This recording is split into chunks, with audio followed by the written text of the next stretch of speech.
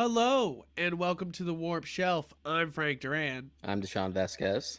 and today we are finishing off the month of October strong by doing a topic on best of horror. We're going Mhm. to talk about what it is to be the best of horror, what is scary, what does that do you need to be scary to be a horror movie, and really sometimes a bad movie is a good horror movie. Mhm. And we'll discuss all these topics, and then we'll come to our list of the best horror movies. Because I feel like there is a lot to discuss before you talk about the best or your favorite horror movies. And I think it comes right off of what is scary, Deshaun, because that's hard for you because you are not scared by anything. Not anything in movies, anyway.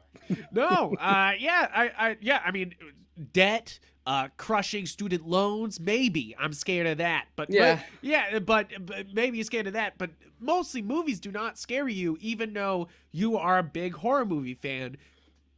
Now, why is that? it's mostly just sheer exposure. I grew up watching horror movies since I was a kid, a really, really young kid. I would watch like Friday the 13th and Nightmare on Elm Street, like with my dad and mom. They would watch it right alongside me. I'd watch like Child's Play 2 as a kid with them. And they were there, so it's not like I'm like, well, mom and dad are here, so it's not going to be fine, so I'll be Yeah. fine. And then even when I started watching it on my own, my dad has always been kind of a hard ass, so he's just like, look, you can watch them, but remember never to imitate the stuff that you see on screen because it's not real. And if you get nightmares, don't think you're going to sleep in my bed. And but that's so I feel like that's important that you've been exposed to so much horror that it doesn't nothing strikes you as being scary, Yeah, it but doesn't really lift. I can feel tense, I can feel uncomfortable, and I can know when it's effective, but it generally doesn't like shock me. It takes a lot to like shock me now. yeah, I feel like I almost appreciate uncomfortable in horror movies almost more than scared, Mhm. because being scared, I mean, that's an important part of horror movies, isn't it? Is that when we're talking about film, we're talking about art, where art is supposed to elicit an emotion from you. And the great thing about a horror is that it's supposed to elicit a scared response from you, a horrified response. Like that's it's kind of the genre is that you're supposed to be kind of like, oh God, Mhm. and if you are not like, oh God, instead of screaming, you've come to being just uncomfortable, Yeah. sort of. And I feel like that's kind of important is that they're trying they're trying to bring out the emotion of scared, which is specific to people, and Mhm. that's what's interesting. Is that this is art not going for what is beauty, what trying to bring a certain message across with it. It's more most of the time. I mean, yes, horror definitely has parables and is trying to tell a lesson. But with this with horror as an art form, it's about achieving this very personal response from viewer to viewer. Mhm. It's not something like when you're doing a romantic comedy, everyone knows what love is like, and it can touch on like, oh yeah, that's like something I've been through, and like drama, like yeah, I've been through family drama like that. I get that. Most horror movies are something you've never experienced or should, like that's kind of the point is that Mhm. you've never experienced this. You probably never experienced, hopefully, and they're bringing in situations where you've never seen it before, and so horror kind of treads this line of like a fantasy where you're not supposed to have been able to experience this whole thing before, in real life, but you can in horror movies. Yeah. And I feel like the same reason why people do fantasy novels is that, or fantasy movies, is that there's a whole world you can get into, and you get to experience things you've never experienced before. People say that all the time with Witcher 3. They're like, I never got to experience this in other games, like, and you're just like, okay. Like, Mhm. but like, it's one of those things that horror is so specific, and that's why, like, you don't get scared, but obviously I've watched a ton of horror movies and I still get like, oh damn, and like think about it for days, like sort of Yeah, things. it's fun to like watch horror movies with you while you still have that threshold because it's fun to just watch you freak out. Like I still remember watching Hereditary with you and Mary and just like waiting for specific scenes. I'm just like, "Oh man, when that pole comes it's going to be great. They're going to scream. They're going to freak the fuck out." And isn't that kind of the fun here? Is that and when I'm talking about horror eliciting this scared response, it also, because we haven't experienced it, we experience it as fun, Mhm. sometimes. And that's kind of the fun of this, like, is that horror in a way is kind of like a roller coaster, in that like it's of course terrifying, but it's super fun in that, like, Yeah, ness of it. it's like controlled adrenaline where Yeah. you come out safe by the end. Yeah, exactly. And I think that's something that's important with horror movies, and what makes them great, and why comedy also comes in a lot with horror, because there's this direct correlation with being scared and laughing, Mhm. like, and having a good time, like, and sometimes that blending of it can lead to great movies, and they still count as horror movies, and they are still frightening at moments and scary, but like, how can you not be like, Evil Dead 2 is one of the best horror movies, like, it's just one of those things. Even though it makes you laugh, it still has all these, it has everything It's for it. still very like twisted and sick though. Yes, exactly. But it's there to like laugh and laugh with you. Exactly, I agree. And I think that's important too, is that it wants to laugh with you. And some of the best horror movies are laughing along with you, like, I feel like American Psycho is slightly laughing along with you, like, as it's telling you its story, like, it's slightly comical but in a dark, fucked up way, and it's kind of I like, was I was recommended American Psycho in high school when I was a sophomore by one of my teachers who used to stay after school and do like nice. creative writing stuff. He knew I loved horror movies and I was pretty much completely desensitized even by then. So he started recommending me like more hardcore stuff. He had recommended me like, "Have you ever seen American Psycho?" I'm like, "No." "Watch American Psycho." I'm pretty sure he also like had me watch like A Clockwork Orange and stuff like that. And I'm Oh, just like, nice. "Yeah, this is great." This is great. Really hardcore shit. Mhm. But I think American Psycho is a very effective movie, but we'll talk about it later. But I I think that there's a lot to be said uh, about this fine line of, does horror have to be scary to be good? Mhm. Do you believe that? Because It's hard to think because the thing, even besides me just being desensitized to the whole thing, but still appreciating the genre, loving the aesthetics, loving the craft involved, and just finding it cool. That's another thing. Like I'm so attracted to it that it's yeah, hard to be afraid of it. But everyone's going to have different thresholds. So what defines scary to them is going to be different from person to person. yeah, And horror is such a wide genre that it veers into stuff like fantasy, and sometimes you can get something like Evil Dead 2 where it is intentionally as much of a comedy as it is a horror film, yeah. but it still counts. I think it all comes down to describing what an effective movie Mhm. is. Like, when we're coming down to it, it's like an effective movie.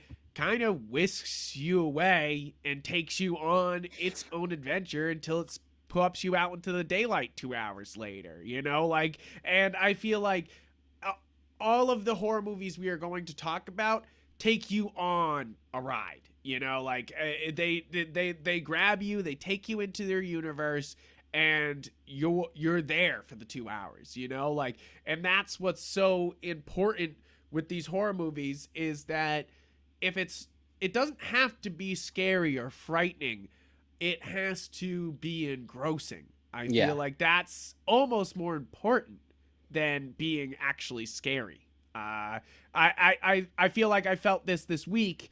I talked a little bit about this last episode. I watched The Lodge, which was highly recommended to me, and then I watched Mary, which was they came out similar years. Mary's a ghost ship story with Gary Oldman, which of course I was gonna watch anything with Gary Oldman.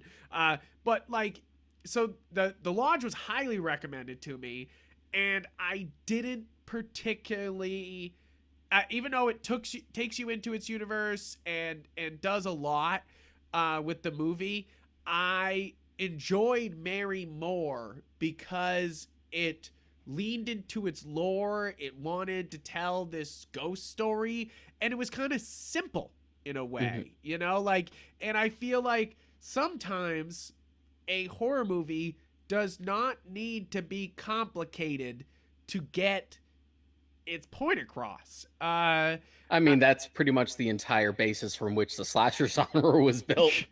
Yeah, no, it's true though. Is that like the slashers are just come down to it's scary when somebody kills somebody, you Hmm. know? Like, and isn't that like why, you know, like the whole horror movie thing here is that like, oh, you wouldn't see somebody die in real life, but here you go, you know? Like, hopefully you'll never see somebody die like this, and then they're like, here you go, isn't that spooky? And you're like, oh shit. But I absolutely uh I think that that's really it, is that I don't watch slasher movies to be scared. I don't watch them being like, oh man, there's Jason. I can't, you know, like even Halloween, which I think captures a lot of the fear I have about slashers and gets me like to I think it hits home for a lot of people because he is literally at your house. That's why Michael Myers I think is one of the scarier slashers, is that it's not Jason who's at Crystal Lake. It's not Freddy who's in your nightmares. It's a guy coming into your house and killing you. You Hmm. know, like, and I think that there's uh it does slasher films, even though that's one of the scarier ones, Halloween, I think they don't need to be scary, and they can just be fun with the kills, and that's kind of why you're there, and why you're having a good time. Yeah, and that's what Friday the 13th specifically leaned into because they fully admit they were pretty much just trying to cash in on that success. Yeah. The reason it ticks so many of the same boxes, there's a reason it's named after another holiday, even though you could argue whether or not Friday the 13th is a A holiday, but you holiday. know what I mean. Yeah, But I know what that you mean. leans specifically into like how creative we can get with the different kills and how many people we can knock off, especially as the franchise went on. Yeah. Whereas with Halloween, its basis is mostly rooted in its tension. Its kills aren't really all that creative. It's all about No. like the lead up to that and Michael Myers' just sheer presence. I mean, his kills are varied, I would Hmm. say, but they don't until later lead into like the gory, like excessive kills, Yeah. until kind of the crappy sequels. You know, like Yeah, I even two started to lean more like its contemporaries, like other slasher films yeah. started to do. It started to lean into the like set piece. But that's why I think Halloween stands out, the first original one, as Hmm. being one of the best horror movies. We'll include it on this list, because they do creative kills without it being like forced. You know, like you're not like, you know, like, oh no, this guy's in bed. Oh, I saw an arrow. Oh, you know, like it's like, uh, Michael Myers comes in and he stabs a guy to a fucking wall with his knife, Hmm. you know, like, and somehow that's almost more frightening than like a machete to the face, like, or other things. What's It's like the sheer strength of him being able to be put a guy on the wall and stick him there, what is frightening. in that scene in particular, what scares me more than the actual deed of like pinning the dude to a wall with a knife is the wide shot they cut to afterwards, where Michael is just looking at what he's just done, and he just kind of Yeah. tilts his head with this like childlike curiosity. That's almost scarier than what he just did. You're like, ugh.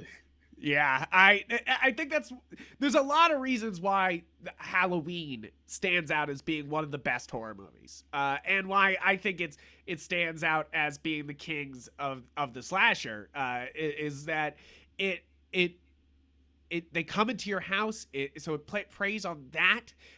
It preys on like the being alone and having to run from these type of things, and what do you do, and does suburbia actually save you from these type of situations, like, sort of thing. That's what they're preying on there, and I feel like Halloween stands above Yeah, on these franchise boys. it feels the most domestic, and that's what like gets under your skin. Like uh, the scariest thing for that movie back when I first watched it as a kid wasn't really any of the kills, because I'd already seen so many slasher films up until that point. It was all the little stuff. I yeah. think the thing that scared me the most as a kid was like Tommy coming out of school, and he like drops the pumpkin and the kids like make fun of him and stuff. And then the kids who like run away after bullying him, one of them gets caught by Michael. Yeah. He just like catches them for a second and lets them go. The kid looks up and then he runs away. Like that scared me more than anything. And it's almost a jump scare. Yeah, it's But just the almost a fact jump that scare. but just the fact that Michael is like, holy shit, he's there. He's just straight up at the school, and now he's following Tommy. Oh my god, what is he gonna do to him? He's just like stalking him in the car, and it goes on in one shot for so long. I feel like, as a film lover, and as anybody who watches movies, little details really stick out. I Mhm. feel like as many people will say, it's the little things. And I feel like that's why Halloween stands, is that it's the little things. I feel like a lot of Nightmare on Elm Street is very broad strokes. I mean, that's Clive. Like, he's very just like broad strokes. Wes Live. Craven. Sorry, that's Wes Right. Craven. Yeah. Sorry, he's very broad. I mean, Clive too. They're very broad strokes. Like, I like what I love them. I love them. I Mhm. love them. But it's the way they do their genres. It's very broad. Mhm. But I feel like it's with Michael. It's very specific and tiny things that scare you in that movie. Like you said, the head tilt. The head tilt sticks out. Like, it's what people do at cons when you see them dressed up as Michael Myers. They just Yeah. do they do the head tilt. Like, It's so distilled and simple and boiled down to just like a very simple recipe and execution. Like I said, the little stuff tends to be more scary than the actual like kills on screen. yeah. Like the scene that I just mentioned, or just any of Dr. Loomis's monologues about Michael as he watched him over the years, like makes you more uncomfortable than anything Michael actually does in the film. Yeah, I mean, that's the star power there, isn't that? Yeah. Like, they brought him in just to do that, and he did it. Like, he really sells it, and I appreciate that about the movie. Is there's these great monologues. And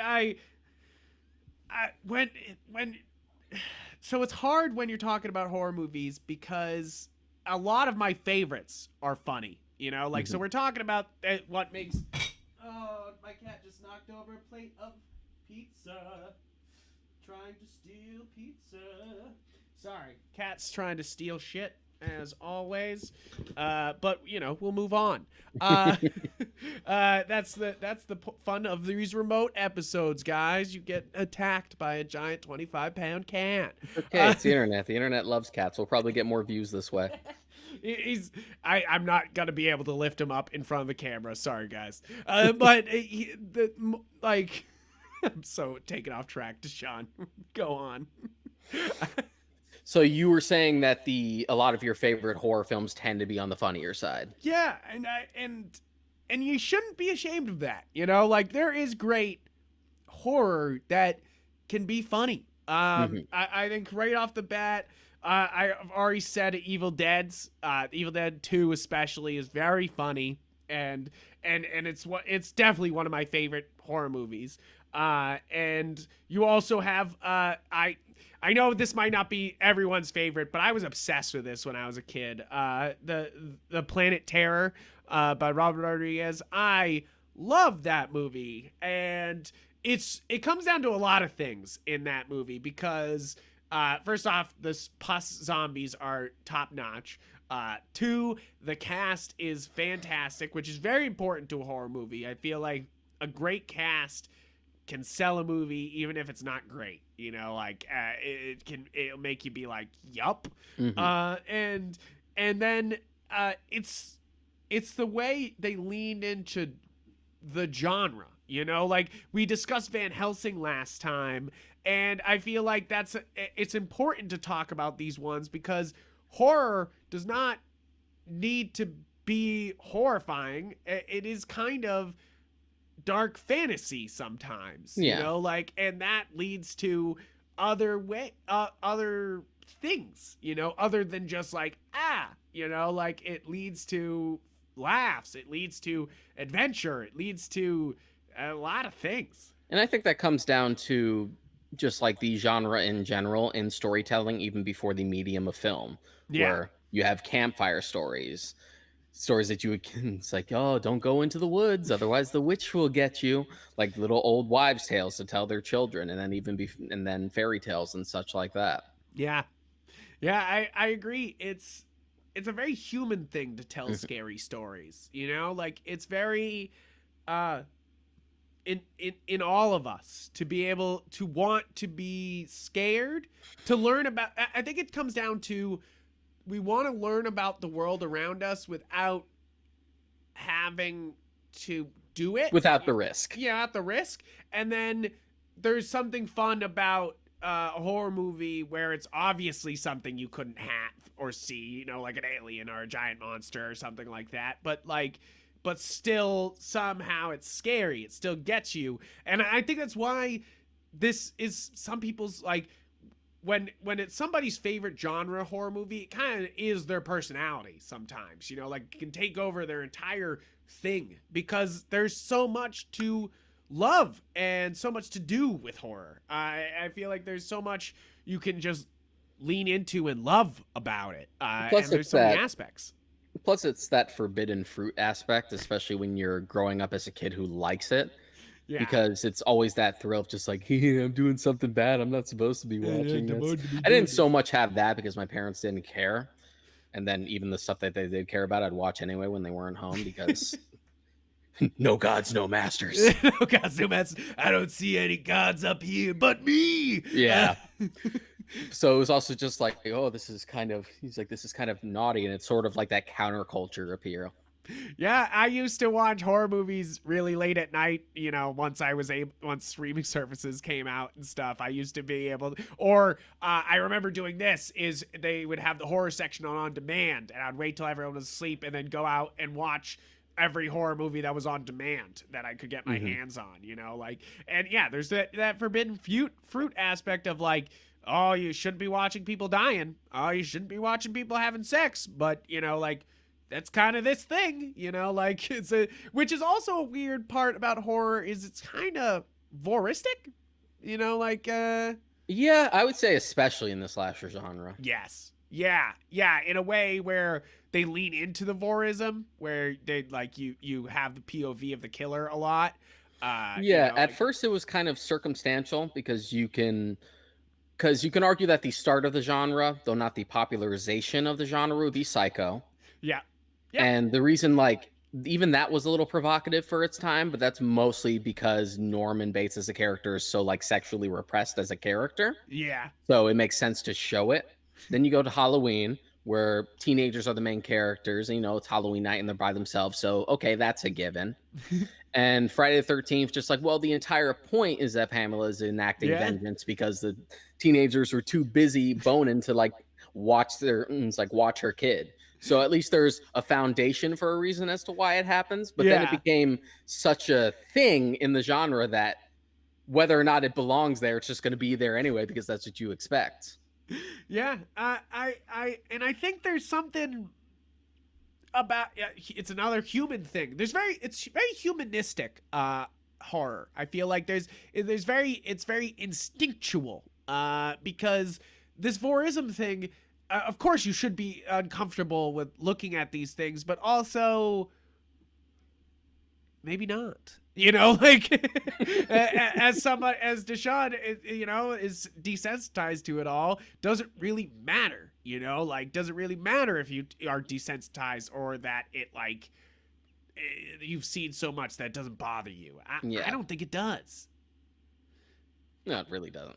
No, I some of the nicest people I know are big horror movie fans. Is Hmm. basically it. I don't think there's any moral thing to these horror movies, even though there's a lot of people who would try to argue that Yeah, it's kind of like the thing. I think there's like a joke online that the nicest, gentlest dudes you'll meet are like huge metalheads who yeah, who like exactly. love kittens. Yeah, exactly. And even though that these things are inherently violent or evil that we are watching, that does not mean that as humans we enjoy watching these things because we are violent or inherently evil. I think that there's something here to be discussed, but I feel like that we're maybe getting too much in the weeds. But basically, I think that horror movies it's humanistic. It's Hmm. something very human to want to watch scary things and be scared Yeah. and feel those feelings, even though you might not want to feel that in real life. You know, like Again, it's um, just like that controlled adrenaline thing. It's being able to it's rides a very similar line to like comedy, where yes. they say that comedy is watching tragedy from across the street. Yeah, I feel like we didn't talk about this last time when we were talking about why what they respected is that comedy and horror are very the same because they are subjective. Hmm. Uh you can find something wicked funny and other people will just not. You know, like and that does not mean it's not funny. And the Yeah. same thing happens for horror is that Deshaun might not find it scary. Does that mean it's not scary? No, it does not. It can be, you know, like it can be scary just because somebody or Deshaun specifically doesn't find it scary. You know, Hmm. is that horror and comedy are subjective, and I feel like a lot of these of horror movies and comedy movies are not only made on set but made in the post room. You know, like they are edited together to be what they are, and that can mean a lot. That means that that some scares that may have been scary don't work, or some things that are jokes don't work. You know, Hmm. like they say that Young Frankenstein and uh, uh, Blazing Saddles had like 30 to 40 minutes of extra footage, you know, like each. You know, like these are movies that are extremely funny and they just cut jokes because they didn't think they would work, you know, Hmm. like and I think that's something that happens also with horror is that like sometimes you got to cut things to make it all work even though you might have more to deal out. Yeah. I feel like because I've grown up with it and because I've seen so much of it, I feel like I'm a and not to like give my not to swell my head up about this or anything, but it reminds me of the way like Lauren Michaels or like Larry David talk about comedy. You talk to anyone who's ever been on SNL and they'd be like, Lauren won't ever laugh at what you do, but he'll like stroke his chin and nod and say, yeah, that's funny. You use that. He won't laugh, but it'll be like, yes, that's funny. I Yes, know that's very that's good. funny. I can tell that is funny. Yes, exactly. So That's I how I think am. it's Just like, yes, that is scary. that is scary. That would make me uncomfortable. I see that. So let's get down to it. The reason why they're here is not a meta discussion on horror, but what is the best horror movies? Hmm. I think right off the bat, we'll get it out of the way because me and you probably agree on it. I One of my favorite movies And then I think one is the most effective horror movies out there is The Thing. Yes. Uh, and that's really what we're talking about when we're talking the best here is effectiveness. Mhm. Would this work on a normal human that's not Deshaun? Like that's what we're asking here. And I feel like The Thing would most likely scare most people. Most people, it is effective on most people. Yeah. The only thing is, at the time it came out, people just weren't really ready for how stark and slow paced it was. Yeah, I feel like a lot of slow burners get not their fair treatment because they're slow burns. Hmm. Uh, and I don't even think The Thing is that slow of a burn, actually. But even if you try to compare it to The Shining, I think The Shining's slower than The Yeah, I would Thing. argue it is. And that's like and I think The Thing is so effective at preying on so many of your fears so easily, and It's that's such why. it's such great setup and payoff, because even if the effects for that film weren't half as good as what they are, the films has such a great way of building paranoia and tension within the cast, and by extension the audience, Yeah, of just like this, who's the thing, who can I trust, can we even trust McCready, is McCready infected, who's like, who is it? And then so you already have that's scary enough, and that yeah, could just be the carrying thing. And it could just be like a body snatchers type situation where the effects aren't really at the forefront, but no, you get both. You yeah. get the tension and the buildup, and then when the thing actually does decide to show itself, you get these like amazing, horrifying set pieces. Yeah, I agree. I think that's why this one stands up is that it's not only a great horror movie in its build up, but the final the when it gives it to you, it gives it to you, with no restraint or mercy. Sometimes it's just like, here it is, like here's the monster, and you're like, fuck. Yeah, and even without those set pieces, there are scenes and moments that are scarier than what is the big in your face, like gore transformation stuff. Yeah. Like people always argue, and they're likely right, I would argue, is that the best scene in the movie is the blood test. Yeah, the yeah, it really that's I argue that too. Is that I love the hands going into the chest. That is absolutely one of the scariest That is jump an scares I love ever. it's such a great It's surprise. such a great surprise. No one would expect that. Like nobody would expect the jaws to open up and then Yeah, get at you. most, if you were expecting like the creature to fight back, you Yeah. would expect like, oh, he would catch his hands, or Yeah. he would like try to bite him. You don't expect his fucking stomach to open up into a mouth and clench Yeah, down you're on like, it. whoa! When the first time I watched it, I was definitely like, whoa! Definitely one of those moments. And I think that's what's so great about the movie is that it preys on your expectations often too. Like it knows horror movies, and it's gonna not give you exactly what you expect. And I think I think that it comes down to John Carpenter. John Carpenter fucking. Oh, he knows horror. That man knows horror. I feel like we've already talked about it. Halloween has to be on this list of best horror movies at some Yeah. point, and The Thing takes the top spot for me. I think that John Carpenter just gets what it means to be scared, and he knows how to build it. Yeah, Like and that film came as like a labor of love to him, because he grew up watching The Thing from Another World, the yeah, original film. He loved that movie to the point where when they asked him, he initially didn't want to do it because he loved that original movie so much. And he said, exactly. you can't top that. I love that movie growing up. What do you need to remake it for?" He's like, which is "Okay, which do is we have super an funny. idea?"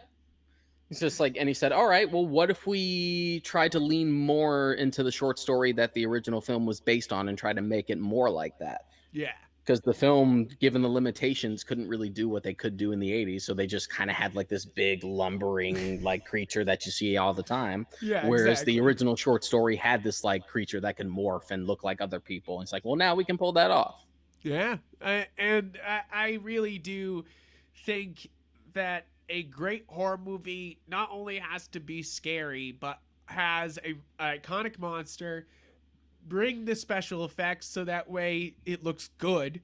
Because there's so many horror movies that just ruin themselves with having bad effects. You Mhm. know, like they just shoot themselves in the foot, and then every movie we'll talk about today has great special effects. I think that's important to talk about. You know, like it's just like it is that it's not only the hard work of the director who's trying to get these emotions out of you. It's also the hard work of these creature designers, these prop makers, these special effects artists who really bring these horrors to life. But you also need to know your limitations.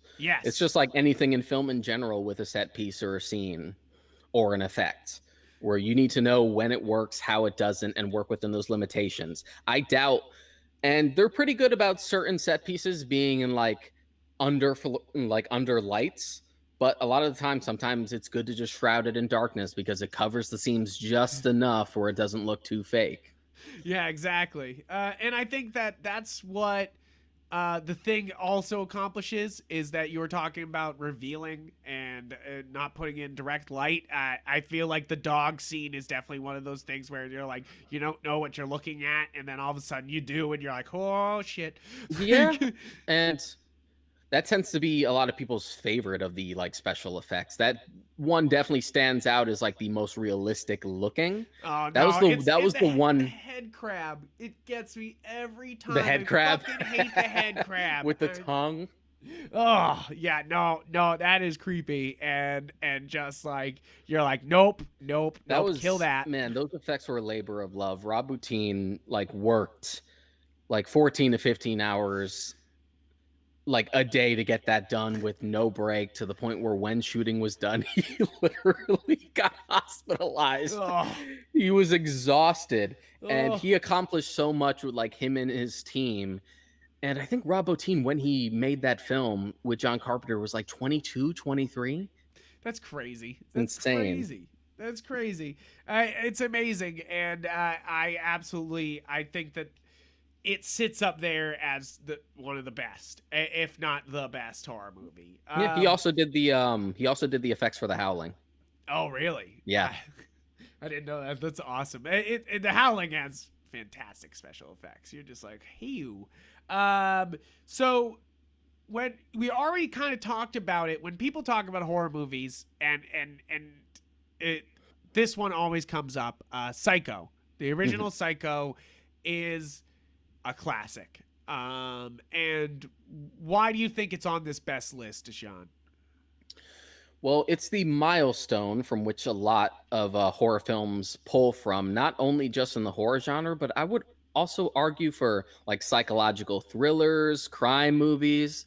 I would say a lot of movies that have big twist reveals at the end definitely owe a lot to Psycho. Yeah, exactly. I feel like a lot of well, I mean, a lot of twist endings are owed to Hitchcock in Mhm. general. I feel like you know, like he's usually bringing the twist, and they were just like, oh shit, mind blown, Rear Window, holy shit. Like you don't get, say, something like Fight Club or Seven without movies like Psycho, or even to a lesser extent, like episodes of The Twilight Zone or Planet of Yeah, the Apes. I agree. I think that Psycho, there's a it's not only can you still feel its influence, Mhm. but it's inspired so many people that I don't know if we'll ever see the end of its inspiration, you know, like, and there's, I think that's credit to Hitchcock's directing. It's spectacular. He's an auteur in this movie, absolutely flexing on everybody, and the storytelling is surprising. Yeah, I and it still plays. Yeah, Even though so many movies pull from it now, The only thing I tend to run into with people with modern sensibilities who watch it is that they can see the twist coming, which is fair just because how far we've come since Yeah. that film came out. But like Anthony Perkins' performance as Norman Bates is still really uncomfortable and still effective, even though it's decades old. Yeah. He's so good in it, and I feel like you always have, when you talk about Psycho, you have to talk about the shot for shot remake with Vince Vaughn, and why that, even though it's the same movie, and I mean it, it's the same movie, why it's not as effective. Mhm. And I think that's really why it's so sad of a film experiment to do that shot for shot remake with actors. Like, is that it's basically a film experiment because you're gonna learn that the original did it right, and you are not adding anything to it by Yeah, making it color. don't bother. Just like if you're curious about a continuation, you can watch Psycho 2. Psycho 2 is an underrated one in that it's never going to be as good as the original Hitchcock film because the original Hitchcock film is a masterpiece and it feels almost insulting to even give it a sequel at all. But it's a good character study at like Norman Bates actually genuinely trying to rehabilitate himself, but society not letting him. Kind of like the second half of A Clockwork Orange. It was just Yeah, like I've done my part, I'm rehabilitated, but no one wants to accept that, so I'm eventually just going to fall back into my old ways. That's yeah. the fun of Psycho 2. And then as far as a remake or reimagining, you're better off just watching Bates Motel or something. And I've watched most of Bates Motel. It's there's fun parts to it, but it's not. It's a CW show. It's Like, weird. it's good stuff though. I ran into like two different sets of people. There were either people who watched Hannibal or people who watched Bates Motel, but never both. Never both. Yeah, I still haven't seen Hannibal. I will have to watch Hannibal's that at super some good. point, but I never got around to it. Another movie that's absolutely has to be on this list and has a sequel that like nobody asked for, but it still happened, is The Exorcist. The Exorcist is a classic because 1973, and it's still, I think it's still just as effective as it was back then. I don't think it loses its, like, Psycho of course loses it a little bit, but I think that Exorcist does not, even though you've seen the head turning scene in culture 1,000 Mhm. times and you've seen the puking scene, like, everyone references The Exorcist, like it's one of those like most referenced movies types of things. And I still feel like the movie is still just as effective today as it was in 1973. Yeah, like whether you're religious or not, even if Yeah. you don't buy into the concept of like Pazuzu, like the devil Beelzebub. or a devil like possessing a little girl, just like, I don't buy any of that stuff. You would have to be a hard son of a bitch to not feel at least a little uncomfortable at the idea of a possessed girl stabbing a crucifix between her legs, shouting, "Let Jesus fuck you." Yeah, yeah, yeah, yeah, yeah. And I think that's Even uh if it doesn't scare me, I'm still just like, "Woo! woo! All right." That is something. I Yeah, that I is feel something, like all right. I feel like that's kind of the thing though. William Freakin is is so knowledgeable about what is, it would be freaky to Christians, and then also what is just inherently fucked, Mhm. like he's just like, is this disturbing? Let's do this. And I feel like the book and the movie are both very effective. Both very effective. I recommend. This is one of those ones that I recommend both, which is not often. But I do recommend reading the book and reading the movie and watching the movie, and it's really one of those ones that I don't prefer the book over the movie. You Not just accept them because, for yeah, the different iterations for what they are. exactly.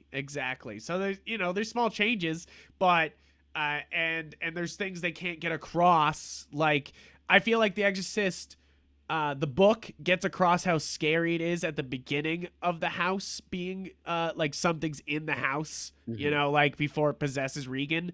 The book does that so much better than the movie where she's just kind of walking around and you don't really know she's just hearing noises in the house, you know, like, and of course that's she shouldn't be hearing footsteps in the attic, you know, like and shit like that.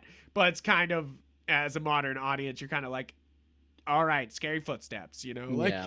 I and haven't it in the book it's a little bit more. I haven't read the book. It's definitely one I will get to eventually. What I would recommend though is pretend Exorcist 2 doesn't exist, but just forget. I would recommend Exorcist 3.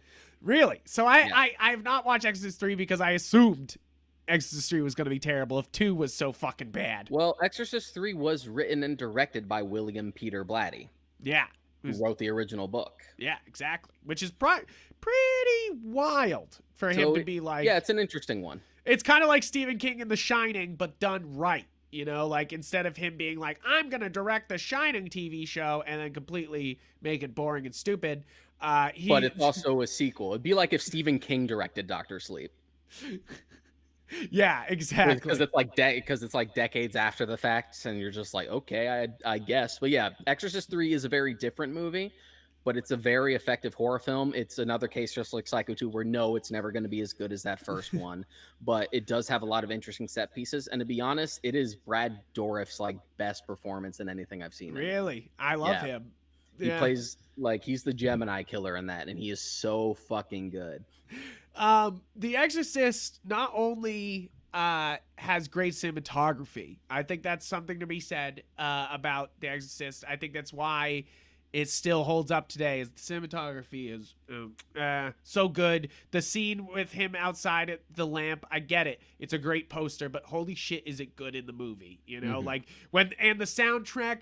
Can I get fucking a hell yeah for that soundtrack? Like that soundtrack, It's it's like there's a lot of great horror soundtracks, but the fucking Exorcist what's soundtrack funny. is What's good. funny about the Exorcist soundtrack is that what people consider the Exorcist theme Yeah.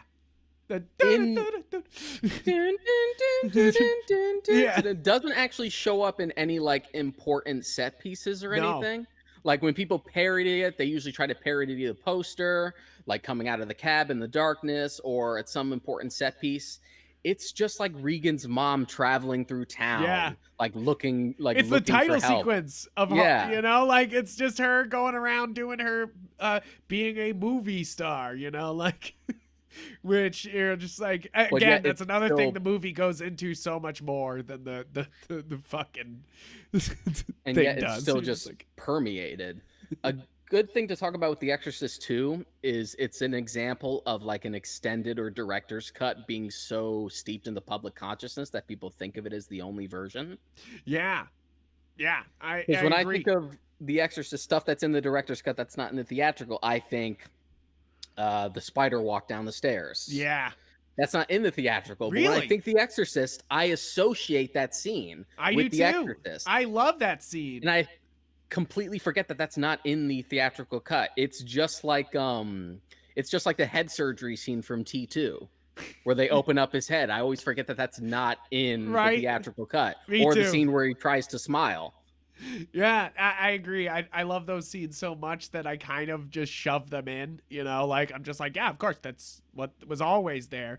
I mean, it happens with me with the extended cuts of The Lord of the Rings. And I mean, that will be another topic someday, but I can't watch the non-extended versions because I just sit there the whole time being like, at this moment, there would be this in the extended edition. And during the extended edition, this is happening now. Instead of actually enjoying the movie, I just sit there Yeah. explaining what's missing from this fucking cut.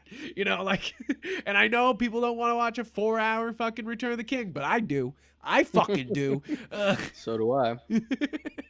But beside the point, but I agree. I think there's some director's cuts that seep into the consciousness and become the cut, you know, Mhm. like, and that's, you know, like that's And that's it. a good point to bring up as just film in general, how they can evolve.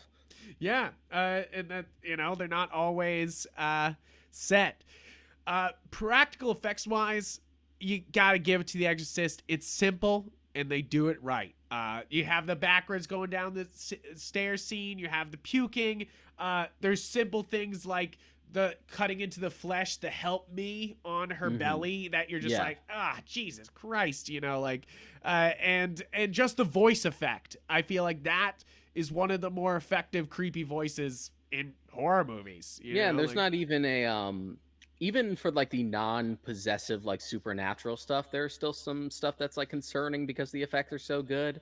Like when Regan is being experimented on when they're trying to find out what's yeah, wrong with her, like when she's punctured through the neck to blood and for blood to let out, you're like, "Oh, yeah, you're just like, hey, all right.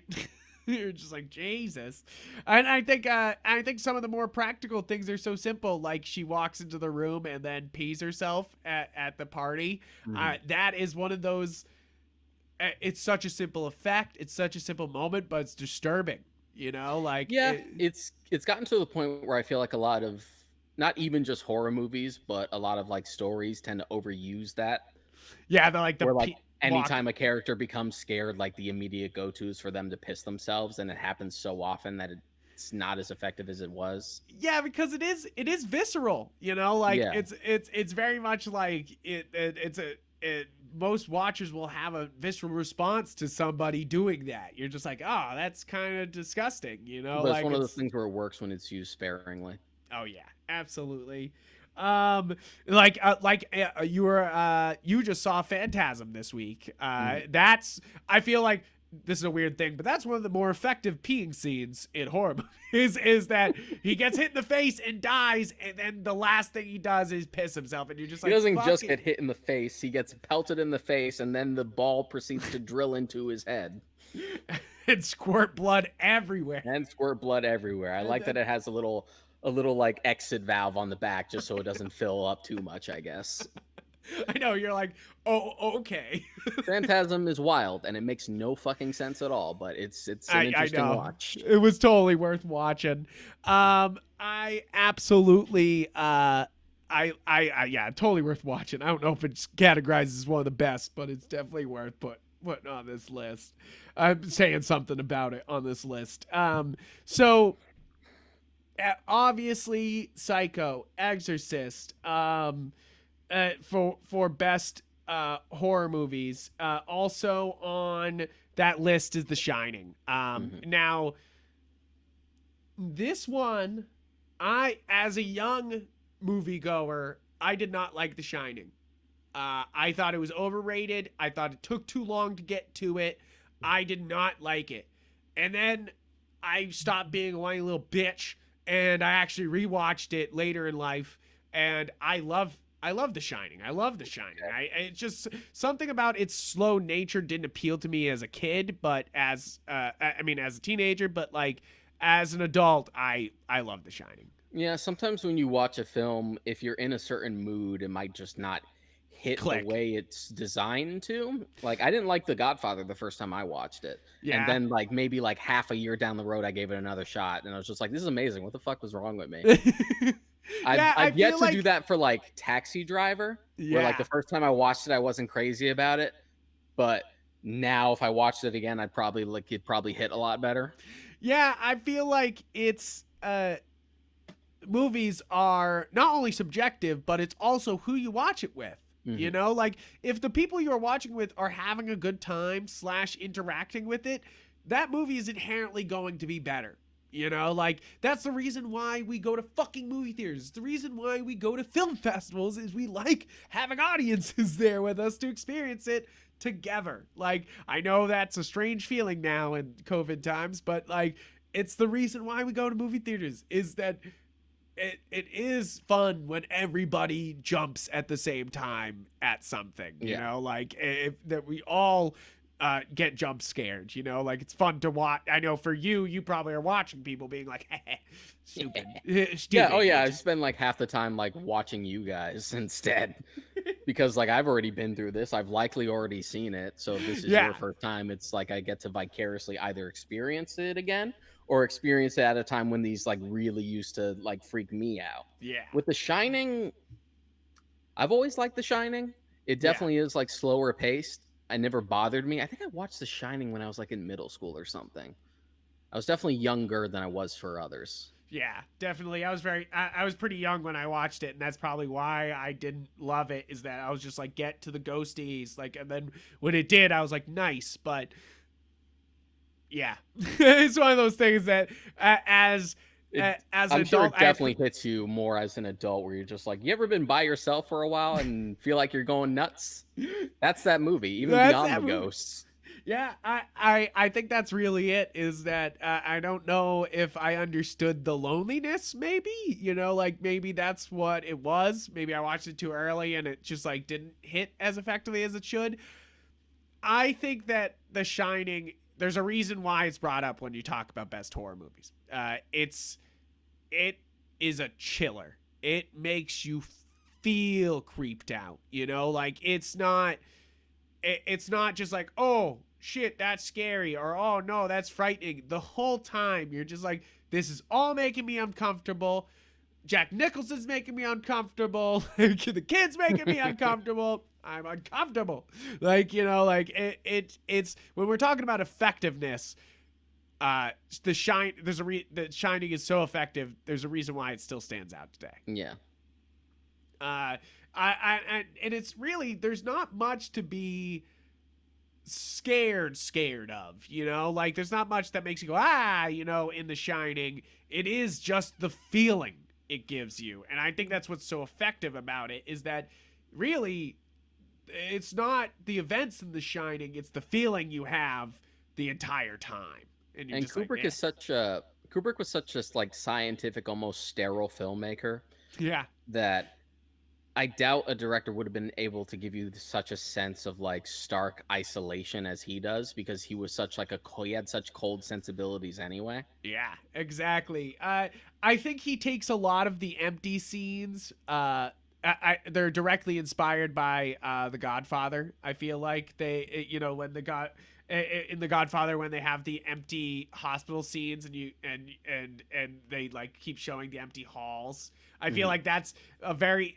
effective thing that Kubrick took and then did a whole fucking movie about. Like is that like it's an empty hall, like, but there should be something coming But down you're this just hall. stuck in this huge house in the middle of the winter with nowhere to go and nothing to do, and you're just slowly losing it. Slowly losing it. I think that the performances, of course, make The Shining stand out. Jack Nicholson is absolutely spectacular. He convinces you, that he's lost his fucking mind. Yeah, Like really, it shows. He's really he kills it so well. yeah. In this movie, kills it. Shelley Duvall is also really good in Oh the yeah, film, and it's almost like she's so perfect because she even looks meek. mhm. Like you could see Jack Nicholson, like him getting angry at her like meekness, and she Yeah, like looks like he it. really did because like Nicholson did not like her on set, and Kubrick could not stand Shelley Duvall because he wasn't like his initial choice. Oh really? So Kubrick, in classic Kubrick form, to be fair, Kubrick puts all his Through his put hell. past tense put all his actors through hell because he was a total perfectionist. But Shelley Duvall went through so much stress just to get that performance out, where he would just do hundreds of takes, just one after the other, until he got that right amount of despair. Yeah. And I think that's really it, is that Kubrick kind of brought this like weird energy to the movie in the first place, and then Mhm. it kind of shows through, like is that he brought this like we're going to film these and they're going to be lonely and I'm going to push you, like But I'm it's going to also push. like starker and doesn't have that same like redemptive like ending that the book does, which is why Stephen King has such beef with it even to this day. Yeah, no, He's it's lightened because up Stephen on it King's a an bit. optimist. We've said it on the podcast before, is that Stephen King likes a nice ending. He does not like it when it ends. I mean, he likes when his books get transformed into bad endings, but he himself writes only happy, good endings. Like He's like definitely softened up because there have been way looser adaptations that have come out than The Shining, but he's like cool with it because he's just kind of softened in his old age. But The right. Shining was a particular case for him because that like dealt directly with his like struggle with like alcoholism. It was like Yeah. his own form of therapy, so it was super personal to him. But it is an interesting way. It was just it's we brought it up before, but it's a great example of just like, well, a faithful adaptation doesn't necessarily make a better movie. No, not at all. And that's the interesting thing, and I'm gonna keep bringing it up until you fucking watch it, is Doctor Sleep having to reconcile both Yeah. because it's an adaptation of Doctor Sleep of the book, but it is also a sequel to the Kubrick film. And that was the most interesting thing going in it. It was like, well, how are you going to reconcile those two? And the way they do it is actually very interesting. Yeah, I agree. It's one of those things that the culture knows the Shining movie more than the book. You know, Yeah, like too much. That's pretty much what the director said. He was just like, I know this is an adaptation of Doctor Sleep, but are you going to make it more faithful to the Shining book because it's a direct sequel to that? He said, I couldn't. It's like The Shining is one of the greatest horror films ever made. I couldn't just ignore that. yeah, So we just have to exactly. find a compromise. I agree. Now uh the other one that's always I mean, so I think we've gone through the four there on the IMDb top 250. Mhm. The you have Halloween, you have The Thing, you have The Exorcist, and you have Psycho. Those are the ones there on the Internet Movie Database's top 250 movies, which is something as a kid I printed out and was trying to go through, and I'm pretty sure I'm mostly through it. Uh, I don't mostly have through it. that, but I still have my my AFI Yes. list. It's actually still the same one from college. It's actually in my desk right now. Nice, nice. Occasionally, like months at a time, like months will go by, and I'll occasionally just go through the junk in my desk and look at it, and be like, oh, hey, shoot, Oh shoot, yeah. shoot. Check, check, check. There we go. Still Got it. just chipping away at it slowly. So, now what would you say is a more modern best of horror movie? I mean, I think we kind of were saying it earlier. Is it Hereditary? Like, like Hereditary for me is definitely like the best horror film within like the last few years. It's the one that's the most effective in my opinion. yeah. But and but going back a little further, especially in a time where I've said it before, but 90s weren't really great for horror movies. But unless it was like sequels that you already kind of knew what you were gonna get, like yeah. established stuff. But and this comes down to whether you consider it a horror film or a thriller film. I kind of go back on forth on it. You can say stuff like Silence of the Lambs. Yeah. And that Yeah. goes into more like super like grounded, very realistic stuff. Yeah, but it's still horrifying, Yeah. so I feel like it still kind of categorizes, like as a horror movie. I the Silence of the Lambs is is an effective horror movie because first off, the cast is Mhm. absolutely astounding. Absolutely astounding. And then like you said, it feels so real at times, like it feels so possible. And that's because some of it is. It's some of it kind of happened, like Yeah. Buffalo and Bill is that's basically a composite of a bunch of real life serial killers. yeah. And it's just kind of like, hey, like, and sure, most serial killers are not leading the whole FBI on a countrywide chase. Mhm. That's definitely very movie, but it definitely makes this movie exciting. And that's what I think. That's why it's when I talked about movies taking you on a ride, Silence of the Lambs takes you on a motherfucking ride. Yeah. Like it's just like, and then spits you out at the end, being like, "Oh, hey, what?" It's definitely one of those. Now, why do you say it's one of the best horror movies? It's just that sense of earnestness and the fact that it's played so straight and it goes for like really primal fears. Like James Gunn is such an effective antagonist, and then Yeah, even without him, you still have Anthony Hopkins as Hannibal Lecter, who only has less than 10 minutes of screen time in that film, and yet that changed not only his career but just villainy going forward as like yeah, iconic villains. iconic villains. Um, I think we brought up a little bit also earlier. We brought up Evil Dead. Mhm. two. So I'm a big Evil Dead fan. I love the original. I love the poster. But Evil Dead 2 is my favorite of all these because it's something about, first off, the great special effects are just constantly blowing your mind the entire time. Sam Raimi's fucking kinetic directing in this movie. He's just moving. He's just fucking running the whole time. Like, I feel like the camera's just constantly fucking and especially at the end when it's just like witches in the basement, things coming through the door, like Ash freaking out, like the camera just fucking moves, Yeah, it's and ridiculous. it's ridiculous And and it's in a but it's good so way. effective.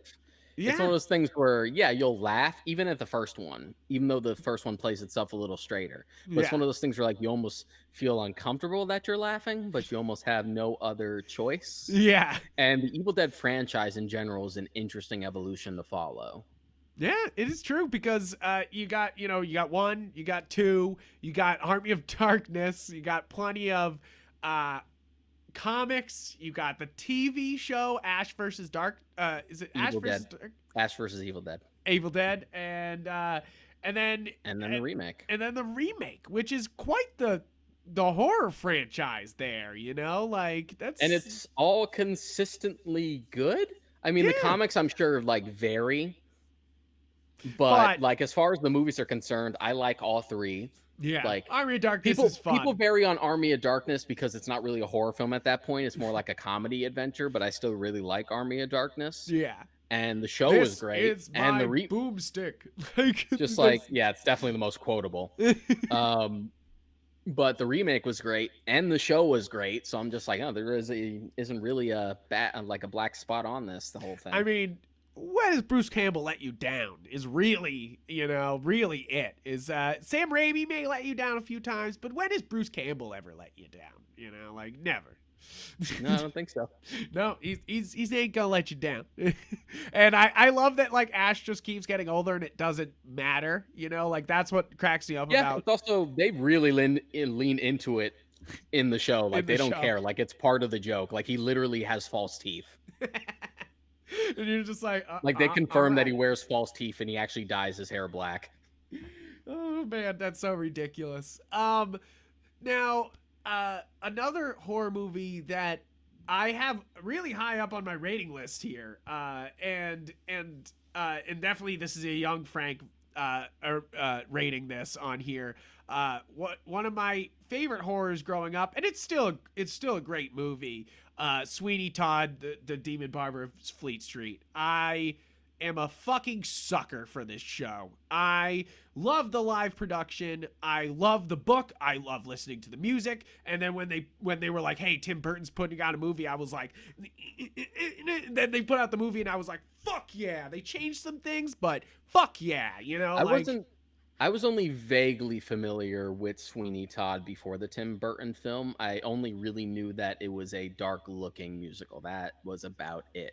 So going in blind was an interesting experience for me because I'm like, all right, Tim Burton film. It's gonna probably just have like that nice dark aesthetic and be kind of grim, but nothing too fucked up's gonna happen. And then when they start baking people in the pies, I'm like, oh, oh, I did not see all this right. coming.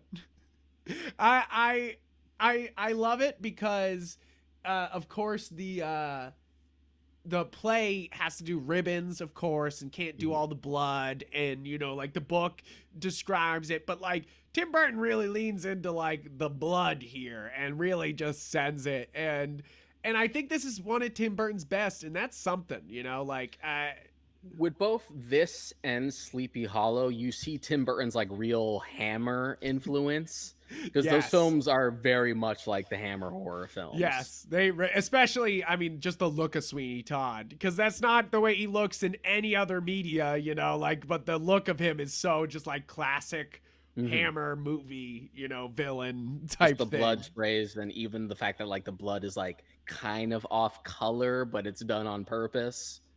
Oh man, as a younger man, I watched Sweeney Todd constantly. I thought it was so great. I loved it.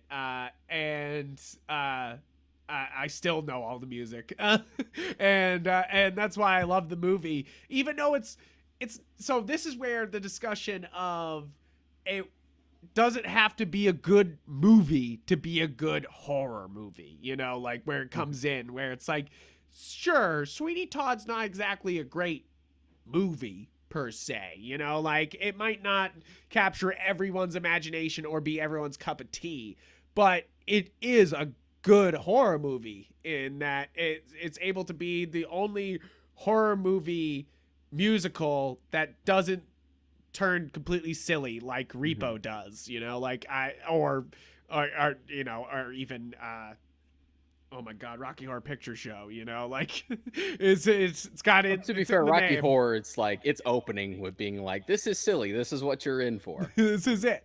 Exactly. And I feel like But I can see that's that, and most I horror musicals is that they're like this is going to be fun, you know, and that's yeah. kind of the great thing about Sweeney Todd is they're like, yo, the music's fun but nothing else is, you know, Yeah, the like content isn't fun, and I get that, and that's someone who, like me, I like Rocky Horror and I like Repo the Genetic Opera, yeah, but they're I get good. what you mean. You like the example of one that's actually playing it straight. Playing it fully straight. Yeah, exactly.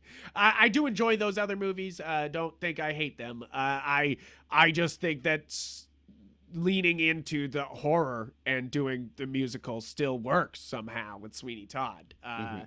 And there's some modern musicals like Anna the Apocalypse that's a musical horror movie, but again, they just lean into the silliness of it, and I feel like Sweeney Todd stands above because of that. But again, it's not exactly. I mean, it's the cast. The cast is great. Mhm.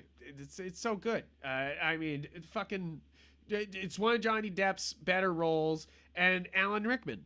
Do I have to say any more? You know, like I mean, there's so many other great people in that movie, but fucking Alan Rickman's in Yeah, this we all movie. miss Alan Do you Rickman. need anything else? Like, you know, like no, no, you don't. um, now, is there any other favorites or best that you want to bring up here, Deshaun? Well, if we're tackling different genres, like we've already covered slasher films, like Halloween is at the top, and we also brought up Psycho as a precursor to Hmm. that. Horror comedy is an interesting one, and I would argue that like Evil Dead 2 falls into place for that.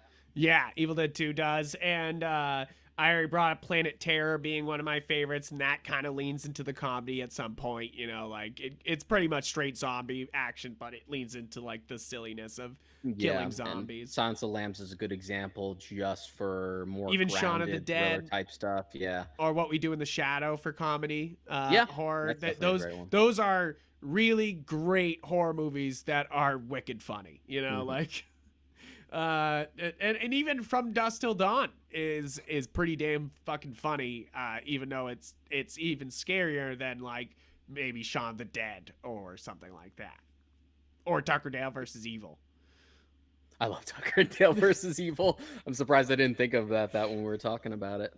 I That's tough. real It's just there's so much to cover and there's so many like genres and yeah. subgenres Uh, about it. so what would you say your favorite meta horror then is? Because there's a lot of horror that knows it's a horror and it does it. I immediately think of Cabin in the Woods, where they're actually sacrificing these teenagers. You Yeah, know, like I probably would lean towards like the first two Scream films. yeah, yeah, those are I do solid. I do like Cabin in the Woods a lot. I don't love it. I, And I once think Trick or Treat also knows it's a horror movie. You know, like that's another one where it's like they know you're in a horror yeah, movie and it's like playing on that. and that's the most like Halloween movie ever. It's one you definitely watch to like really celebrate and get in the mood for the holiday. Yeah, exactly. But a Um, recent meta one that I watched that I really enjoyed, watched it like just a few days ago. It's called Behind the Mask: The Rise of Leslie Vernon. uh, What it is it's a mockumentary about a slasher film really? or about a slasher character where this camera crew meets up with this seems like with this dude who's trying to become like a slasher villain, and they just like follow him throughout his day as he like sets his traps and stuff like that, and as he picks his final girl, and how it's a special relationship, and like what they have to do to tick these boxes, and how it's like a religious experience for him, and you just don't get it. It's really good. That's Super wild. fun. That seems crazy. Another one that's it's I would say fits into this meta category and it's sort of modern too. And that I rate as a horror movie is Red State. I think Red State is Kevin's one of Kevin Smith's best, Mhm. hands down. And I think it's a horror movie. You know, like it's about the horror of humanity's and cult. You know, like and what religion can push people to fucking do, Yeah. and I feel like it's pretty damn effective at that, and it I'm knows it's a movie, you know, Yeah, it's like definitely any one Kevin that's, like, Smith stuck movie. with me, and, like, Michael Parks is so damn good in it. He's Even also really good in Tusk, but for very different reasons, but that's also Tusk in general, where it's also good, but for very different reasons. yeah, a lot of people will now I want to bring up some false kings then before we close out. Things people will bring up as best horror movies that please sit down. Like Poltergeist. Yeah, first Poltergeist. Second, It Follows. I think It Follows is good, It really Follows is effective. good. It Yeah. is not a new king of horror. It is not a new wave of horror. It is just another monster movie, but with sex. But that's the inherent problem of, like, any above average horror film that comes out, even if it's, like, if it's genuinely good, then everyone jumps on it like, "This is the new great this is the most effective horror film since The Exorcist," and Always is the comes up. that is Always always the comes wrong up. way to pitch stuff. Like, I remember when The Babadook came out and they were pitching it like that. I'm like, "That's Yeah. not really the right comparison." No, I agree. And they were even doing it when Hereditary came out, but at least Hereditary was effective enough to, like, freak people out in a similar way. Yeah, no, I agree. I think that I think one that actually lives up to a lot of the hype, and I know this goes against of trying to swap down Kings, but Get Out is one of the more like people hyped it up to me, and then I still watched it and loved it. You know, like Yeah, Get Out is a very great modern example because it ties into something primal, especially if you're a minority. yeah, exactly. It's like it's it's preying on a fear that that not often is brought up in horror and really preys on it, you know, like I mean same way that American Psycho does too, where and I feel like it's very similar where they're just like here's a very specific horrifying thing, fuck, you know, Yeah. like exactly. But I is there anything else you want to bring up for the best horrors? Oh, we forgot one that's on the top 250 list that I can't believe we didn't talk about it because it's one of your favorites, Alien. Yeah. The reason I didn't bring up Alien is because I feel like we We talked it. tackled like We best talked it. We sci-fi with The talked it. Thing, but I do love the original Alien and more so than I do Aliens. Yes. And for good reason too, because it is a horror movie, you know, Mhm. like it's straight up, it doesn't hide it, same way as Terminator 1. It doesn't hide that it's a horror movie and before an action movie for anything, you know, like, and that's kind of great about it, you know, like it's why Alien stands out as a classic. But again, Alien was another one where as a kid it was such a slow burn that I didn't like the beginning. And then once it finally kicked in, I was like, oh, yeah, this is cool. You know, like, but it was a slow burn that as a kid, I was like, I appreciate the slow burn now. I get it. I love Alien. I love that slow burn. But as a kid, I was so against slow burn stuff that I was so just like, you took too long. Believe it or not, the director's cut is actually slightly shorter. Really? He Because it was cuts more out just things? like, yeah, because it was more just like a re-edit to kind of stream it and to like streamline it a bit. Huh. But the most notable thing about the director's cut is that it has the egg morphing scene, and it's Egg the reason I morphing? refuse to watch the theatrical cut anymore. So there was a concept with the xenomorph that predates the Queen, because obviously aliens wasn't a thing yet, Yeah. where Ridley, while the ship is about to explode and she's trying to get away, she runs into what looks like the lair of the xenomorph, and Yes. she sees the remains of like the crew like stuck on the walls and stuff.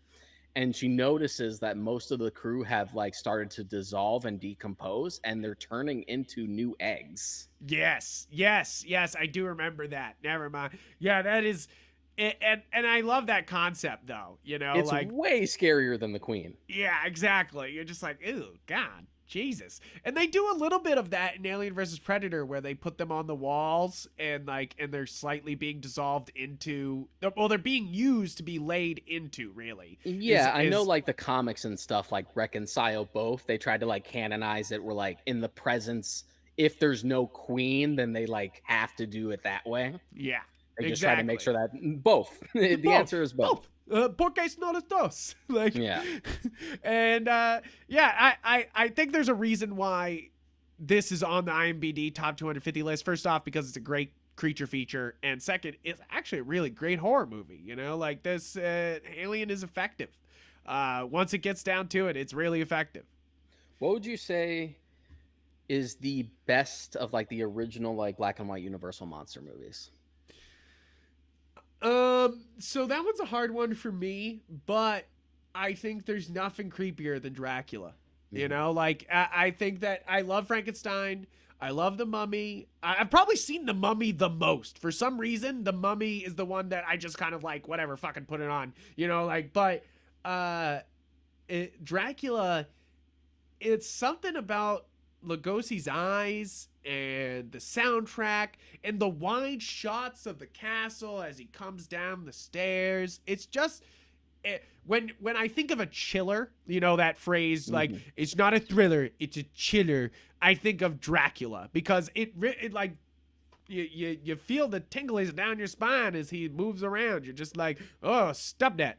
You're just like, no more. What about you? I would probably agree. I am a big fan of Frankenstein, specifically Bride of Frankenstein, which I do Yeah, find is the better movie. yeah. Bride Frankenstein's good time. And of course, I mean it is hard because always there's the creature of the Black Lagoon, which Mhm. I fucking love. I think it's such a fun movie, and the practical effects of them swimming underwater is so fucking good that I just love watching that movie. It was the first one I owned when I was buying DVDs, and so other than the Mummy, it's probably the one I've seen the most out of all of them. Is I just kept watching. I don't think we have nearly enough like solid aquatic horror based movies. I know. I was But watching Anaconda the other day, and yeah, exactly. That's the response you should say to that. And that actually had some really good water action, and you're kind of like, this is basically Creature of the Black Lagoon, but with a giant fucking snake. You know, like that's it. That's all this movie is. You know, like because they're that stuck on a movie is boat and they're like, there's something out there. Like that movie is like that movie is a McDouble. It's just like it's just trash. it's just It's trash. just trash. It's But edible. fucking Ice Cube, baby. Oh my god. Also, two references to his own songs in one movie. Like, Ye- are you fucking with me? What is this? That movie is ridiculous. It's But since we ridiculous. brought up like aquatic stuff, you can't not bring up Jaws. Yeah. Yeah. Yeah. Jaws. There's it's funny that it doesn't fit on IMDb as a horror movie because I think that yeah, it is a horror movie and Hmm. Jaws deserves to be up there as one of the more effective horror movies of all time because as my mom always says, she watched it at 13 and didn't go in the water till she was 20 something. You know, like just freaked her the fuck out like for a very long time, and And it's you one of get those I things where watched it's it and I was never scared of the water afterward, but I get that fear after watching it. yeah. It's one of those things where it's also never been topped or even remotely matched. To be In honest, shark movies, we could do a whole podcast about shark movies and how they all fucking suck. And and Jaws is the only good one, but I love watching them. I the love closest thing to a decent shark movie that hasn't been Jaws is one that's not a shark movie at all was Crawl. Crawl. Yeah, Crawl. Yeah, Crawl has that like all the makings of a good of a shark shark movie. It movie. just happens to be You gators fucking instead. gators. Yeah, I would say that the Meg was pretty solid, even though it wasn't You know, like it wasn't perfect. I'm not saying it's good. I'm just saying that at least it was something, and it was a giant shark. You know, Mhm. like you're like, hey, thumbs up. But there is But yeah, there's a lot. it's The thing it's is, we like missed a lot because there's just so many movies. there's so many.